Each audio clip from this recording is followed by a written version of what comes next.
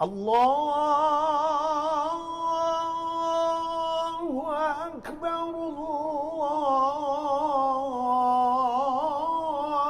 الله أكبر. بسم الله الرحمن الرحيم. السلام عليكم ورحمة الله وبركاته.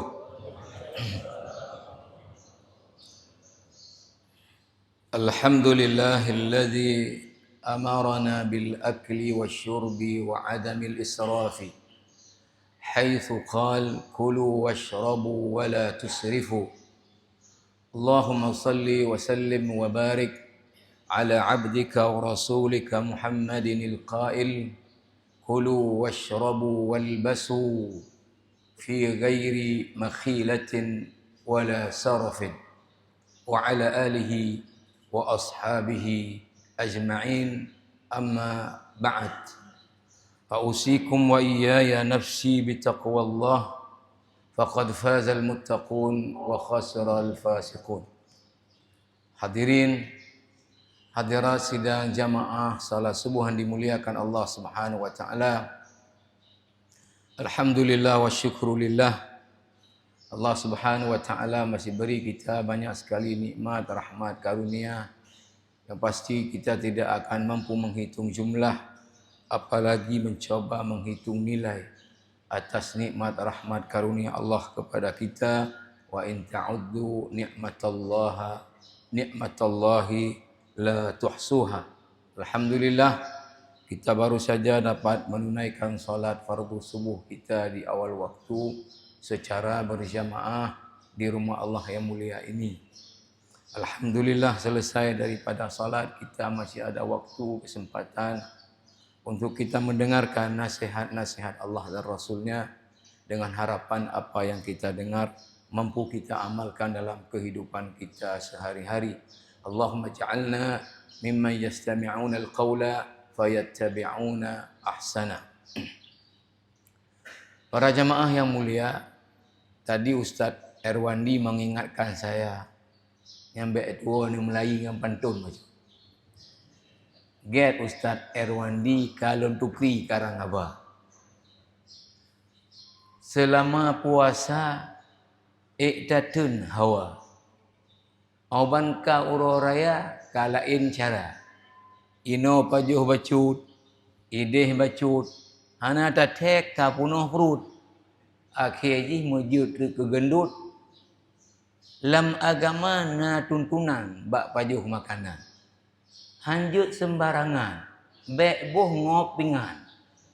Menya pajuh ulang tituk hantruh ilumpat canggu wahai cedera.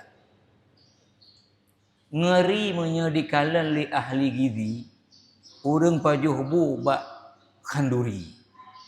Pajuh menurut kebutuhan tubuh, bek tampuh bepu yang droh. Menya kurang mengerti, ni konsultasi dengan Doktor Azaki. Goknya kan ahli gizi, tapi konsultan hati dengan lambung sekali. Menya masalah jantung, langsung dengan Doktor Nur Khalis. Menya masalah paru, hana peragu, dram pasti dibantu. Hana payah ngejak bajet pentina ubat pun tersedia. Konsultasi pre, ubat pre, hana payah penyang fikir wahai saudara. Ngejak laju tengah na FDP. Ngejak laju tengah na FDP, bersehat sabi sepanjang masa. No dile lu mucai, dudo lu fikir lu tambung gemar. Para jamaah rahimakumullah, insya-Allah materi kajian kita di subuh yang mulia ini ringan. Tetapi insya-Allah sangat bermanfaat. Yang saya maksud dengan ringan bahwa kalau konsep ini tidak kita implementasikan dalam kehidupan, maka konsekuensinya adalah duniawi, bukan ukhrawi, walaupun kemudian bisa terkait dengan ukhrawi. Maka perkara-perkara duniawi ini, termasuk penderitaan, itu berbanding dengan konsekuensi penderitaan ukhrawi, itu menjadi amat ringan. Maka Nabi SAW di antara beliau doanya meminta kepada Allah diberi keyakinan. Dengan keyakinan itu dalam pandangannya apapun musibah dunia ini menjadi ringan. Yang penting bukan musibah akhirat. Karena di dunia ini seberat apapun penderitaannya berujung kepada mati. Tapi penderitaan akhirat enggak mati-mati lagi. Maka Al-Imam Al-Qayyim rahimahullahu ta'ala ketika membahas tentang tafakkur, beliau mengatakan berfikir yang paling penting itu adalah pertama apa? Fikir fi masalihil ma'ad. Berfikir tentang bagaimana kita bisa bahagia di kehidupan akhirat. Yang kedua adalah fituruk ijtilabiha. Yang kedua berfikir bagaimana bisa mendapatkan kebahagiaan akhirat. Jamaah rahimakumullah, materi hari ini ringan tetapi sangat-sangat bermanfaat kalau ini kita terapkan dalam kehidupan. Ini sebetulnya yang tepatnya adalah dokter menjelaskannya, tapi mudah-mudahan nanti ada waktunya yang dokter menjelaskan secara ilmiah menurut ilmu kedokteran. Saya ini menurut hadis. Kita awali dari hadis Nabi sallallahu alaihi wasallam. Hadis ini oleh Syekh Wahbah Az-Zuhaili di dalam kitabnya Alfi al-Islami wa Adillatuhu diberi keterangan tentang derajat hadis ini. Hadis ini hadisun hasanun. Hadis hasan, di bawah derajat hadis sahih tapi tidak dhaif. Nah, ulama hadis semua sepakat hadis hasan boleh menjadi dalil rujukan. Rasulullah sallallahu alaihi wasallam bersabda dari Abu Hurairah radhiyallahu anhu, "Sumu tasihhu." Sumu tasihhu. Berpuasalah kalian, niscaya kalian akan sehat. Para jamaah yang mulia, saya rasa mayoritas kita, tentu juga tidak semua, selama kita berpuasa, kita mendapati kondisi kita itu lebih sehat berbanding di luar puasa Ramadan. Orang-orang yang ada masalah dengan kesehatannya, artinya ketika hasil labnya banyak yang sudah lebih, kolesterolnya lebih, asam urat lebih, gula darah lebih, tekanan darah lebih. Maka selama berpuasa di Ramadan, kalau ini dilakukan cek labnya, itu justru membaik. Turun kepada hampir mendekati yang ideal. Di luar Ramadan banyak yang lebih. Ada kawan saya bilang begini, dia waktu cek lab semuanya lebih. Kolesterol lebih, asam urat lebih, gula darah lebih, tekanan darah lebih. Ketika dicek EQ udah kurang. Jamaah rahimakumullah, saya sebagai contoh,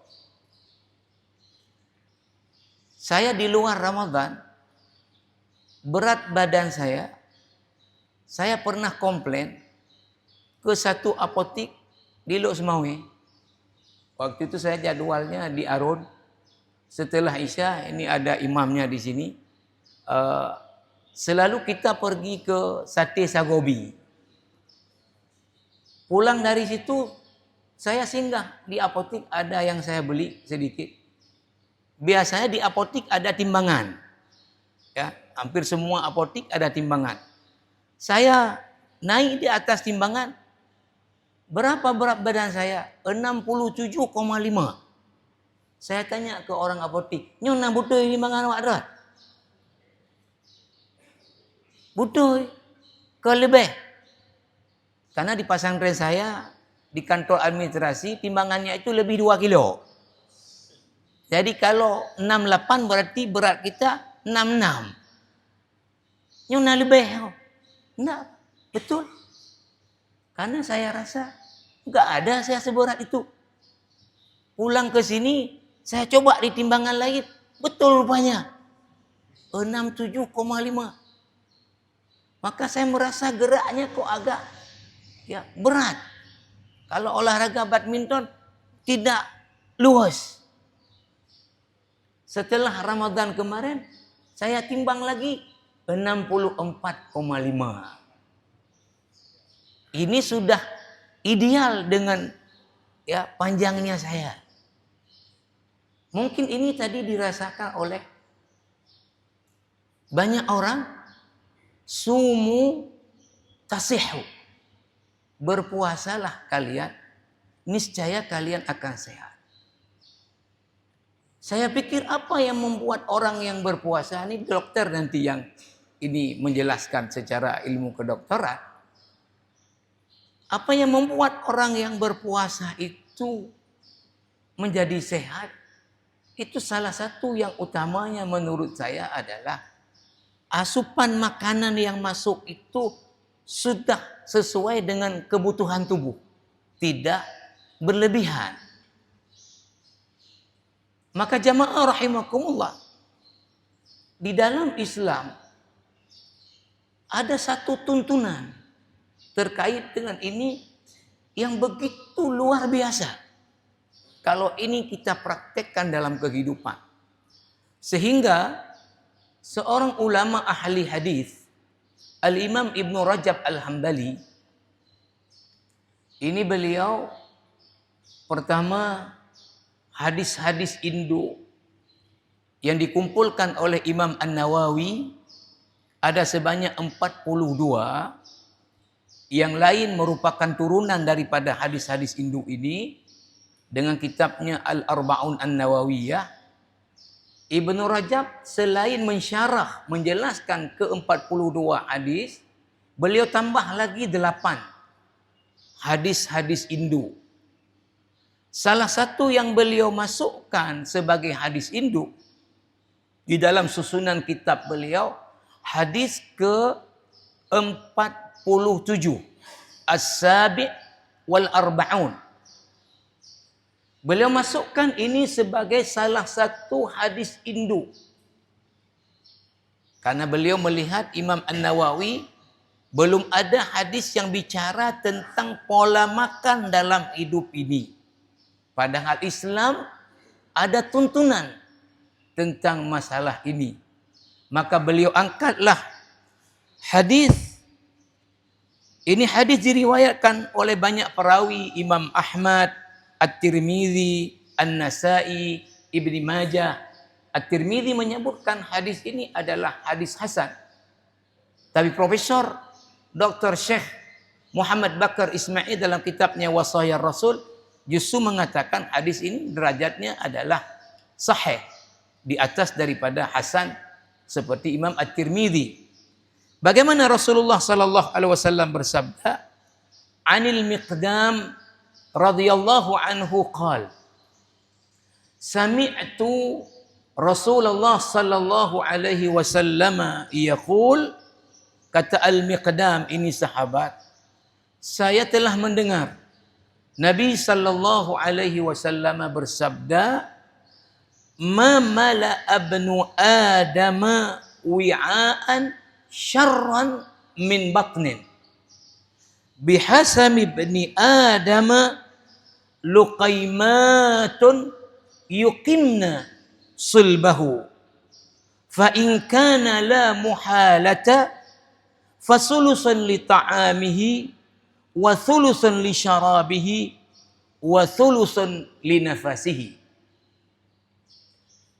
Nabi bersabda dari hadis ini, kata Nabi, "Mamala abnu Adam wi'aan syarran min batni." Tidak ada tempat yang diisi oleh manusia ini yang lebih buruk melainkan perutnya.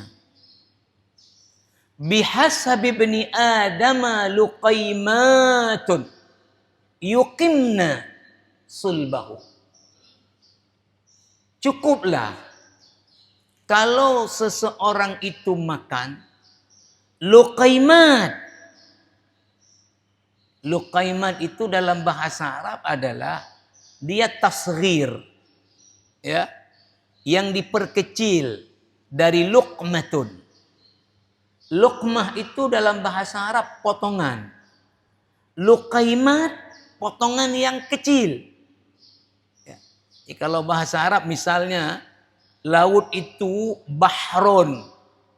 Lebih kecil dari laut danau buhairah. Namanya tasghir.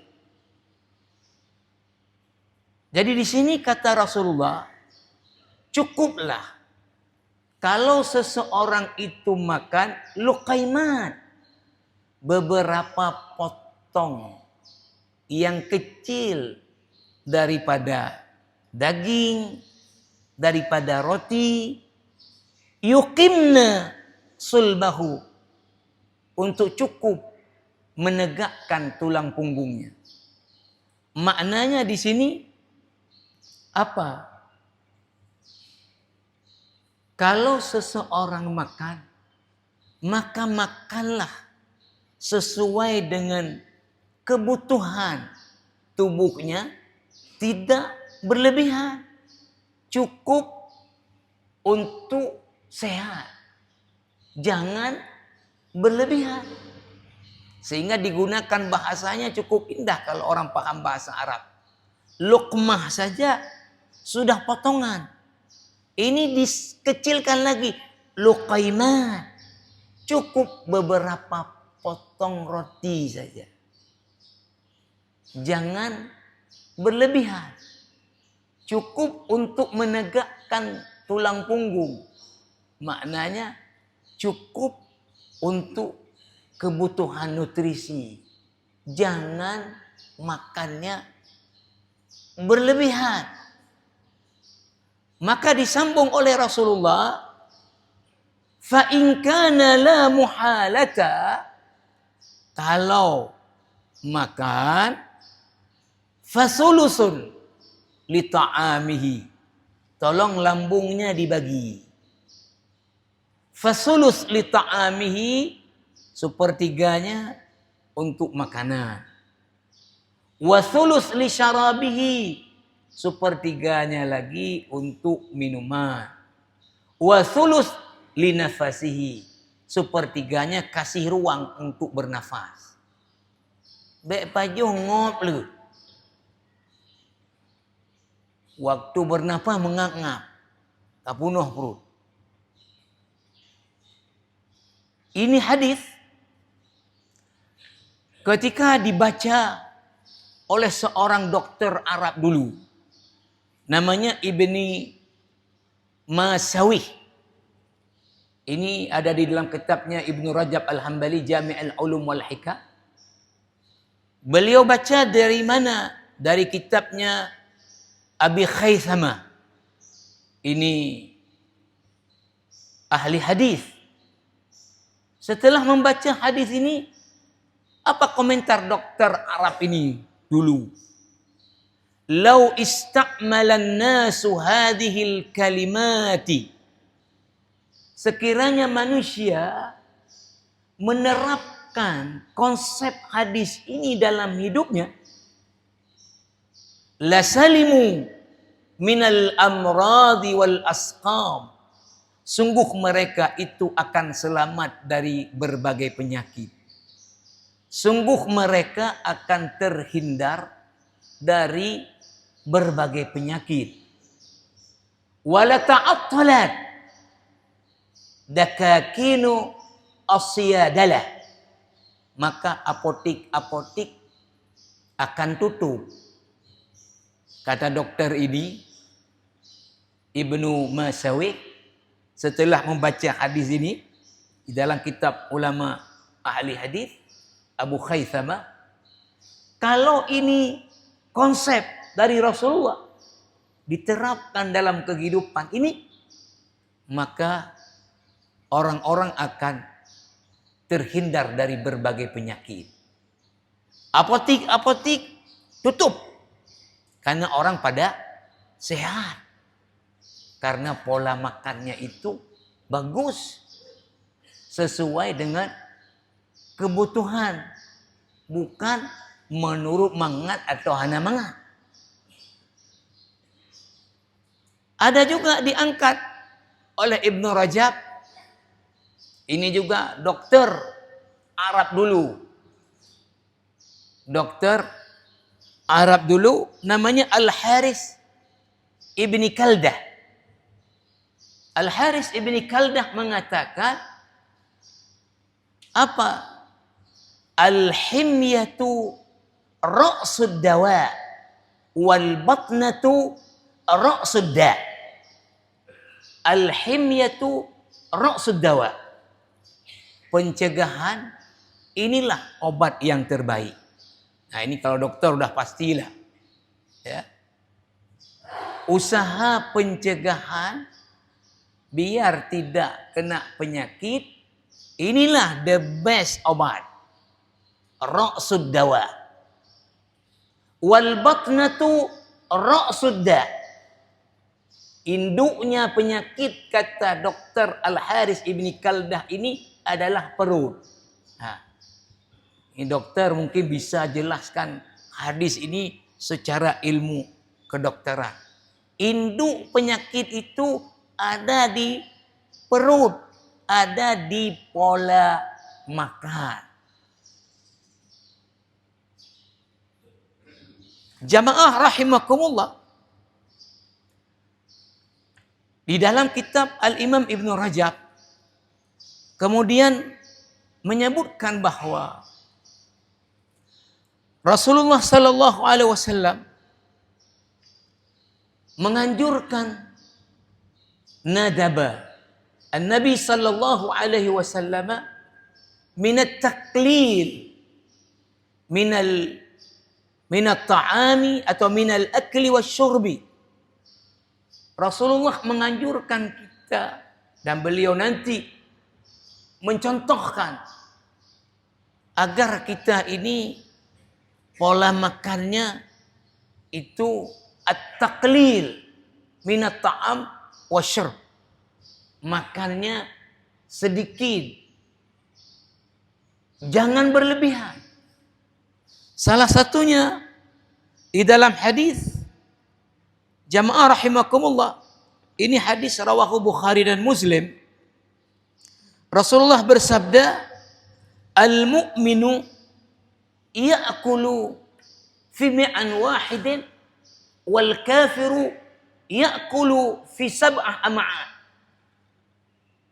Orang mukmin itu makannya cukup satu lambung saja.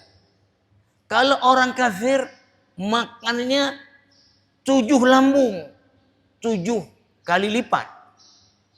Maksud apa dari hadis ini, kata Al-Imam Ibn Rajab Al-Hambali, bahwa kalau orang beriman itu pola makannya itu tidak berlebihan, tidak mengikut syahwat makan. Giliran menunya enak, ya dah, ya, ubay naik. Sehingga ketika kita lihat, hana ba idang gini. Kalau lagi enak. Pola makan menurut syahwat itu bukan pola makan orang Islam, itu pola makan non-muslim. Karena tadi wal kafiru ya'kulu fi sab'ah am'a. Orang kafir yang makan ikut syahwat. Kalau orang mukmin pola makannya tidak boleh ikut syahwat. Ini yang dimaksud dengan hadis Nabi sallallahu alaihi wasallam tadi.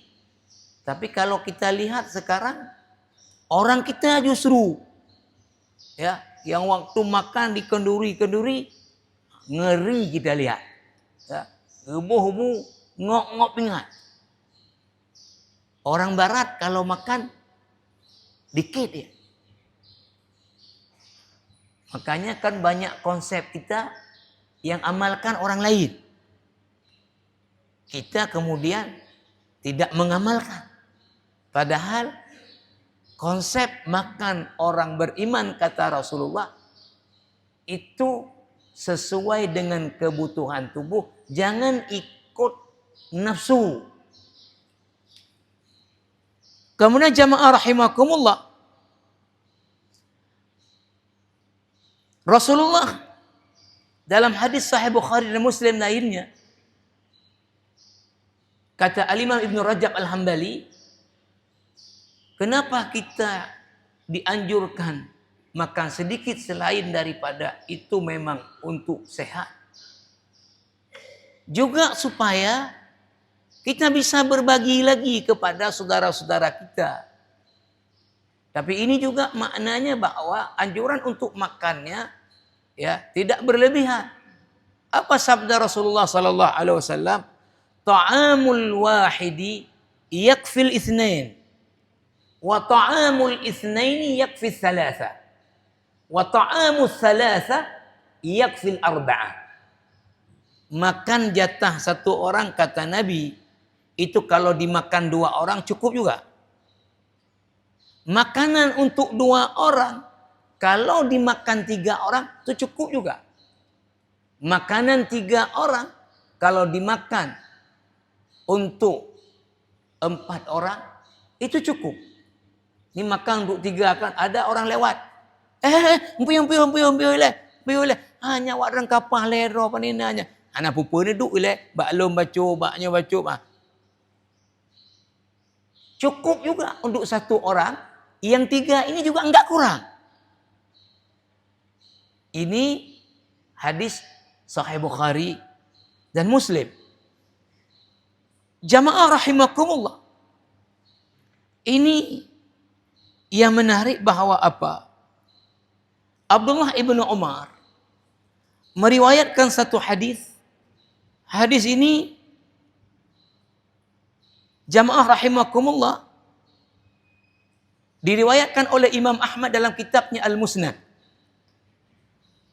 Apa ini hadis? Anna Nabi sallallahu alaihi wasallam ra'a rajulan saminan.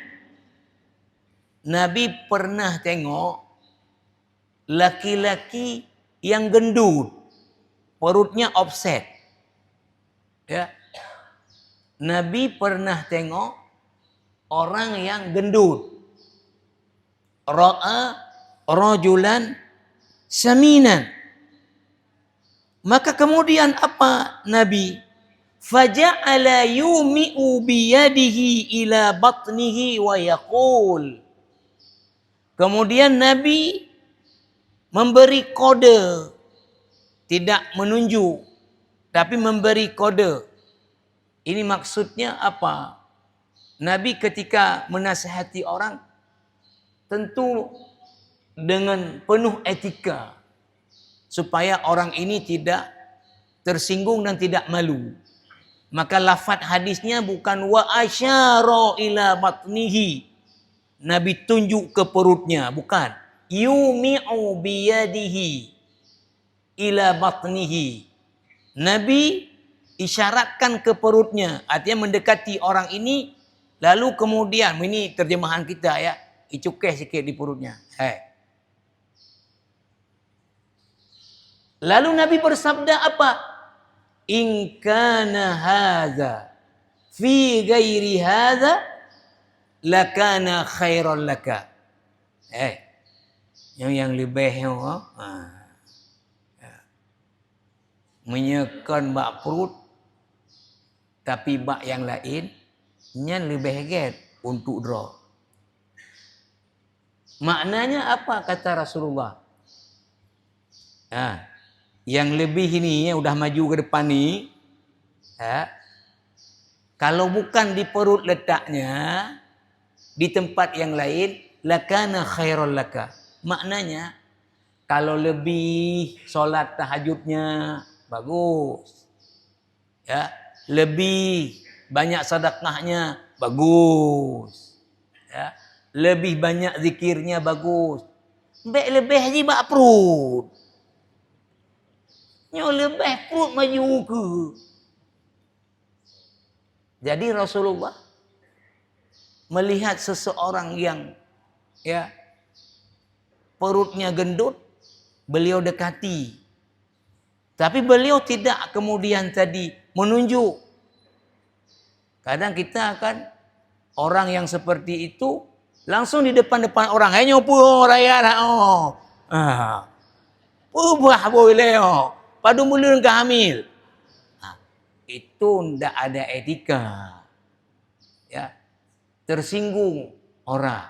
Tapi Nabi tidak mendekatinya, kemudian yumi mengisyaratkan ke perutnya, "In kana hadza fi ghairi hadza lakana khairal laka." Kalau yang lebih ini ya, be ino hidup ji, bak pulaid, nya baruge. Maknanya apa? Nya apa kurang le bacurah. Kan ino lebih le. Ya. Karena mereka lebih bak perut, biata lebihnya di negatif apa? Lebih bagah dengut, lebih bagah hek. Ya. Lebih bagah dua. Maka Nabi menginikan, ya, menasihati orang tersebut. Kemudian jamaah rahimakumullah, di dalam hadis yang diriwayatkan oleh Ibnu Majah, tetapi hadis ini dikomentari oleh Ibnu Rajab, dalam sanadnya itu ada kritikan dari para ahli hadis tentang kesahihan hadis ini. Apa yang terjadi? Kata Abdullah ibn Umar, tajashsha'a rajulun 'inda Nabi sallallahu alaihi wasallam faqala kuffa 'anna jasha'aka fa inna aktharuhum syab'an fid dunya atwaluhum ju'an yaumal qiyamah. Kata Abdullah ibn Umar, anaknya Abdul Khattab, ada seseorang itu tajashsha'a 'inda Nabi. Dia tajashsha'a itu artinya apa? Menggerakkan natro. Ada seseorang menggerak di depan Nabi karena kekenyangan. Lihat maju. Maka kata Nabi kepada orang ini, kuffa anna jasha'aka. Baik menggerak pak kamu no. Nabi kemudian mengatakan, atwaluhum syab'an fid dunya, aktsaruhum syab'an fid dunya, atwaluhum ju'an yaumal qiyamah. Orang paling banyak kenyang di dunia ini paling lama lapar di akhirat nantinya. Tapi hadis ini tadi dalam sanadnya diperdebatkan oleh ulama hadis. Berarti ada perawi yang tidak, memang Ibnu Rajab tidak menjelaskan, yang dilemahkan di dalam hadis ini. Bahwa Nabi tadi mengatakan orang yang paling banyak kenyangnya di dunia ini paling lama lapar di akhirat nantinya. Jamaah rahimakumullah. Oleh karena itu, Al-Imam Ibnu Rajab itu mengangkat hadis-hadis. Saya angkat satu saja dari sekian yang beliau angkat, bahwa Rasulullah dalam hidupnya itu, ya, ketika beliau hijrah ke Madinah, itu ada riwayat belum pernah beliau itu kenyang berketerusan 2 hari. Kenyang secara berketerusan selama dalam 3 hari. Bahkan dalam hadis Aisyah radhiyallahu anha, riwayat Imam Bukhari dan Muslim, qalat, Aisyah berkata, "Ma syabi'a alu Muhammadin munzu qadimal madinata min khubzi burrin thalatha layalin taba'an hatta qubidha." Kata Aisyah, bukan Nabi saja, alu Muhammadin, keluarganya Nabi, istri-istrinya, anaknya juga Fatimah, itu tidak pernah selama sampai di Madinah itu kenyang dari makan roti dari gandum, khubzu burrin thalatha layalin taba'an, 3 malam berturut-turut, hatta qubidha, sampai beliau wafat. Kalau kita bisa simpulkan dari berbagai hadis, Nabi itu tidak pernah ada makan yang kenyang berketerusan di dalam beberapa hari sampai beliau wafat.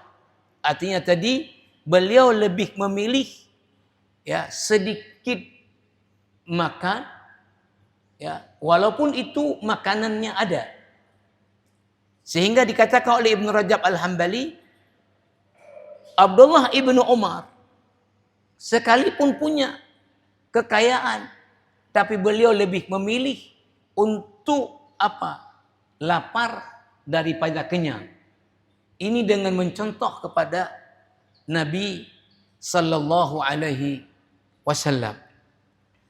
Maka jamaah rahimakumullah, konsep Nabi sallallahu alaihi wasallam ini tentu sejalan dengan ayat Al-Quran di dalam surah Al-A'raf ayat 31. Allah Subhanahu wa taala berfirman, "Ya bani Adam, khuzu zinatakum 'inda kulli masjid. Kulu washrabu wa la tusrifu. Innallaha la yuhibbul musrifin." Wahai manusia, pakailah pakaian yang indah ketika kalian ke masjid. Kata Al-Imam Ibnu Abbas, ini ayat turun berkenaan dengan orang-orang Arab jahiliyah itu ketika tawaf itu telanjang. Laki-laki siang hari, malam perempuan. Tapi telanjang, laki-laki telanjang, perempuan telanjang. Maka turunlah ayat ini, khuzu zinatakum 'inda kulli masjid. Lalu sambungannya, kulu washrabu. Silahkan makan, silahkan minum, wala tusrifu, tapi jangan berlebihan. Jangan berlebihan. Maka kata Al-Imam Ibnu Abbas radhiyallahu anhu, kul ma syi'ta walbas ma syi'ta. Silahkan makan, minum, pakai pakaian. Ya. Bagaimana kamu mau? Ma akhta'atka khaslatani. Yang salah itu karena 2 sebab. Apa? Yang pertama adalah sarafun, yang kedua makhilah. Yang pertama adalah apa? Boros, berlebihan. Yang kedua sombong. Silahkan makan, minum, pakai pakaian, tapi jangan berlebihan. 1. Yang kedua, jangan sombong. Ya, jangan sombong.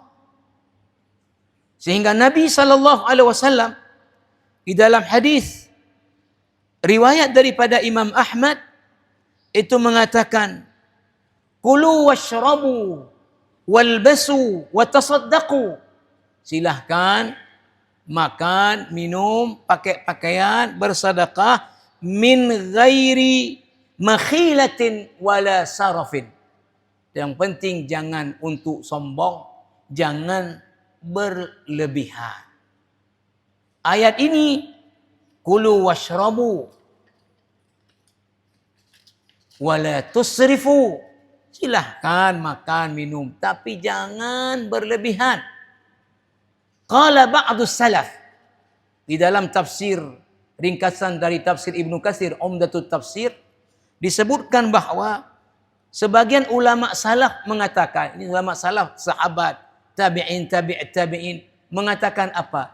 Jama'allahu at-tibba kullahu fi nisfi ayat. Coba lihat. Allah mengumpulkan semua persoalan kedokteran itu hanya dalam potongan dari satu ayat. Jama'allah at-tibba kullahu fi nisfi ayat. Allah mengumpulkan persoalan masalah kedokteran itu hanya di setengah ayat. Apa tadi? Makan, minum silahkan, tapi jangan berlebihan. Mudah-mudahan nanti artinya dokter bisa menjelaskan secara medis bagaimana pola makan yang sehat, bagaimana kalau makannya berlebihan. Ya, makannya berlebihan. Maka jamaah rahimakumullah, selain daripada dampak kesehatan yang diakibatkan oleh pola makan yang berlebihan, itu menjadi sumber berbagai penyakit. Juga Al-Imam Ibnu Rajab menjelaskan, dia juga punya dampak lain selain dampak tadi kesehatan secara fisik. Dia juga akan berdampak kepada jiwa kita. Berdampak kepada jiwa kita. Diangkat di situ banyak oleh Ibnu Rajab tentang pernyataan-pernyataan para sahabat tabi'in tentang apa yang akan terjadi kalau orang makannya berlebihan di luar daripada masalah kesehatan. Saya angkat satu saja. Ibrahim bin Adham ini orang yang petuah-petuahnya dijadikan rujukan. Keluar meninggalkan kemewahan istana, pilih hidup untuk Allah. Maka semua kalimat yang keluar dari mulutnya adalah kata-kata mutiara. Ibrahim bin Adham. Apa kata Ibrahim bin Adham seperti dikutip oleh Ibnu Rajab dalam kitabnya? Man dabbata batnahu dabbata dinahu. Siapa yang mengatur pola makannya, dia sesungguhnya, bahasa mudahnya, sudah menerapkan konsep agama dalam hidupnya. Wa man malaka ju'ahu malakal akhlaqal karimata.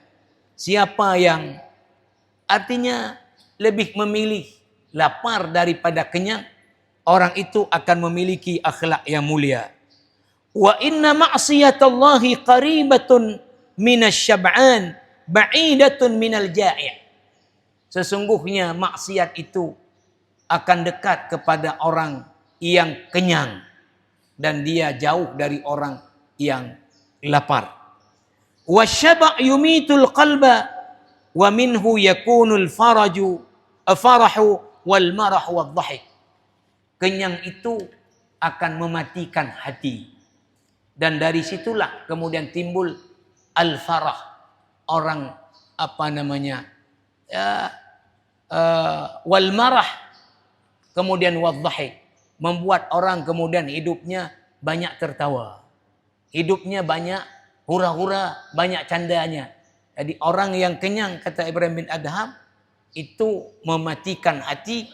Dan dari situlah kemudian hidupnya banyak canda gurau, banyak tertawa. Karena hatinya keras, tidak ingat kepada mati dan kehidupan akhirat. Maka di mana-mana banyak canda gurau, banyak tertawa. Karena apa? Karena sering kekenyangan. Karena pola makannya itu ya tidak diatur. Ini sesuatu yang saya pikir ya luar biasa. Konsep sudah diberikan Maka kalau ini tadi kita terapkan, itu banyak kata ulama doktor Arab tadi akan selamat dari berbagai penyakit, dan apotik-apotik ya mungkin perlu tutup karena orang-orang sudah pada sehat. Terakhir, ada seorang kawan kami ya sudah almarhum, mudah-mudahan Allah lapangkan kuburnya, ampuni dosanya. Itu ya baru makan nasi tak baju milo. Kalau kita ingatkan, pun baju milo, boleh buat. Apa jawabannya? Bubu mimi. Ditambah lagi urutan abah baju, urutan perolah. Apa urutan ayo? Baju yo perolah keroji. Sahabat ini kemudian sakit komplikasi sampai kemudian meninggal dunia. Alhamdulillah ada nih di tengah-tengah kita ini yang perlu kita contoh. Tapi saya nggak perlu sebut namanya, nanti bocor Rusia. Apa? Sangat mengatur pola makannya sampai menghitung kalori. Sehingga beliau nggak makan nasi sama sekali. Kita rayu pun, bajulah baju, tak masalah. Enggak. Betul-betul pola makannya dijaga luar biasa. Ini perlu kita contoh. Ada juga kawan kita di sini, tidak perlu kita sebut juga namanya, nanti bocor juga Rusia. Ya. Itu beliau karena pernah sakit ini. Jadi kalau ada makanan yang akan menyebabkan itu nanti naik kolesterolnya, naik asam uratnya, itu kayak manapun kita rayu, enggak akan dia makan walau sedikit. Yang kaek dah pegang. Alah, nak umpur medih dah. Bacuk makan apa pun. Tetap tidak akan. Ini perlu kita contoh. Ya. Jangan contoh kepada orang udah stroke mau bayi buka bohrin hanarim takat ayu benae. Ini jamaah rahimakumullah, mudah-mudahan ada manfaat. Nanti mungkin dokter bisa lebih lagi menjelaskan secara ilmiah. Wassalamualaikum warahmatullahi wabarakatuh. في كل لمحة ونفس عدد ما وسعه علم الله. الحمد لله رب العالمين حمدا يوافي نعمه ويكافي مزيده. في كل لمحة ونفس عدد ما وسعه علم الله. يا ربنا لك الحمد ولك الشكر كما ينبغي لجلال وجهك الكريم وعظيم سلطانك. اللهم صل على سيدنا محمد النبي الأمي الحبيب العالي القدر العظيم الجاه بقدر عظمة ذاتك وعلى آله وصحبه وبارك وسلم في كل لمحة ونفس بعدد كل معلوم لك. يا أول الأولين ويا آخر الآخرين ويا ذا القوة المتين يا راحم الفقراء والضعفاء والمساكين يا أرحم الراحمين يا أرحم الراحمين يا أرحم الراحمين يا حي يا قيوم يا حي يا قيوم يا حي يا قيوم يا ذا الجلال والإكرام يا ذا الجلال والإكرام يا ذا الجلال والإكرام يا بديع السماوات والأرض يا بديع العجائب بالخير يا بديع العجائب بالخير يا بديع العجائب بالخير يا بديع يا بديع يا بديع يا حنان يا منان يا حنان يا حنان يا منان يا حنان يا منان يا لطيفا فوق كل لطيف يا لطيفا بخلقه يا عليما بخلقه يا خبيرا بخلقه الطف بنا يا لطيف يا عليم يا خبير يا من إذا أراد شيئا أن يقول له كن فيكون ويا من بيده ملكوت كل شيء وإليه ترجعون. ظلمنا أنفسنا وإن لم تغفر لنا وترحمنا لنكونن من الخاسرين. رب اغفر واعف وارحم وتكرم وتجاوز عما تعلم إنك تعلم ما لا نعلم إنك أنت الله العز الأكرم. اللهم تب علينا توبة نصوحة. اللهم تب علينا توبة نصوحة. اللهم تب علينا توبة نصوحة.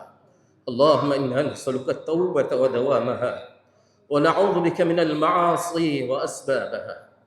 اللهم إنا نسألك التوبة ودوامها ونعوذ بك من المعاصي وأسبابها. اللهم إنا نسألك التوبة والإنابة. اللهم إنا نسألك التوبة والإنابة والاستقامة على الشريعة الغراء والطريقة البيضاء برحمتك يا أرحم الراحمين. اللهم حرمنا عن معاصيك، اللهم حرمنا عن معاصيك أبدا ما أحييتنا يا رب العالمين، وأذقنا لذة طاعتك وخدمة دينك. اللهم أذقنا لذة طاعتك وخدمة دينك. استخدمنا لك يا رب، اللهم استخدمنا لك يا رب، اللهم استخدمنا لك يا رب العالمين. اللهم عظم جلالك في قلوبنا وصغر الدنيا في أعيننا. اللهم عظم جلالك في قلوبنا وصغر الدنيا في أعيننا. حبب إلينا الإيمان وزينه في قلوبنا، وكره إلينا الكفر والفسوق والنفاق والعصيان.